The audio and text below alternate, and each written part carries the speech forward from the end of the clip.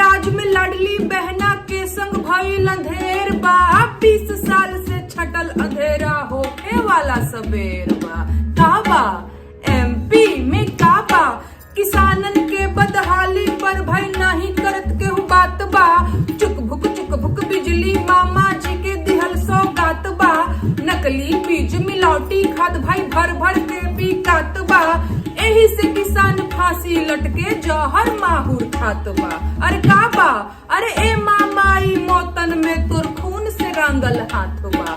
काबा एमपी में काबा गांव के नल जल योजना बिजली बिल के कारण बंद बा। पानी के बा परेशानी ये मामा सूखा से सब तंग बा। हैप्पीनेस इंडेक्स में मामा एमपी सबसे पीछे बा। मानवता सूचकांक में अरे एहू में सबसे नीचे बा। काबा एमपी में काबा लोहा सीमेंट भइल बा महंगा, टैक्स बढ़ल बा सरकारी। हरिया से बाहर बा भैया दाल रोटिया तरकारी। नून असतुआ आटत नइखे ई कैसन बा लाचारी। गरीब त गरीबे रह गईले अमीर भइले व्यापारी।